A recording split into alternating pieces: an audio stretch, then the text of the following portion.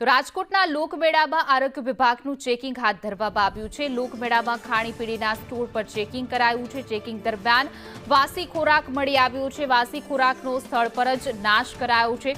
ઢોકળા, ખીચું સહિતના સ્ટોરમાં ચેકિંગ કરાયું છે। આરોગ્ય વિભાગ દ્વારા સેમ્પલ પણ લેવામાં આવ્યા છે। તો ઘણા એવા વાસી ખોરાકનો સ્થળ પર જ નાશ કરી દેવામાં આવ્યો છે, કારણ કે જન્માષ્ટમીનો લોકમેળો કે જ્યાંથી દૂર દૂરથી લોકો જે છે તે આ મેળાનો આનંદ માણવા માટે ખાણીપીણી એન્જોય કરવા માટે આવતા હોય છે, પરંતુ અનેક એવા જે છે તે ભેળસેળિયા તત્વો જે કે લોકોના આરોગ્ય સાથે ચેડા કરતા હોય છે, તેને આરોગ્ય વિભાગે લાલ આંખ કરી છે।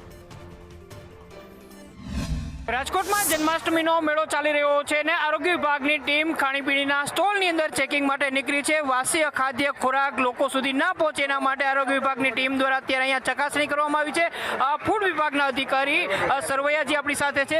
શું કાર્યવાહી કરવામાં આવી રહી છે? જી, લોકમેળામાં પુષ્કળ માણસો, લાખોની સંખ્યામાં માણસો મુલાકાત લેતા હોય છે। તેઓને શુદ્ધ અને સારો ખોરાક મળી રહે, આરોગ્યપ્રદ ખોરાક મળી રહે તેટલા માટે આપણે ચેકિંગ ડ્રાઈવ દર વર્ષે યોજતા જ હોઈએ છીએ।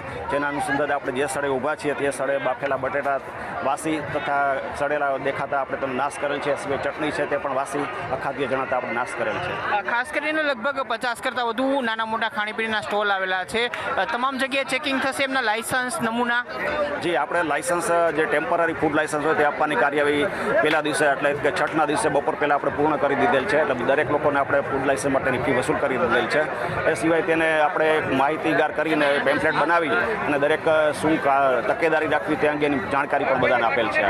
બિલકુલ, આરોગ્ય વિભાગની ટીમ દ્વારા ચકાસણી તો ચાલી જ રહી છે, સાથે સાથે વાસી અખાદ્ય ખોરાક છે તેનો નાશ પણ સ્થળ ઉપર કરવામાં આવી રહ્યો છે। આ ઉપરાંત અહીંયા જે વસ્તુઓ તેલની અંદર તળવામાં આવી રહી છે, તેલના નમૂના છે લેવામાં આવી રહ્યા છે। એટલું જ નહીં, સાથે સાથે દાજ્ય તેલનો ઉપયોગ થાય છે કે એમાં તમામ બાબતની તકેદારી છે તે આરોગ્ય વિભાગ અત્યારે અહીંયા રાખી રહ્યું છે।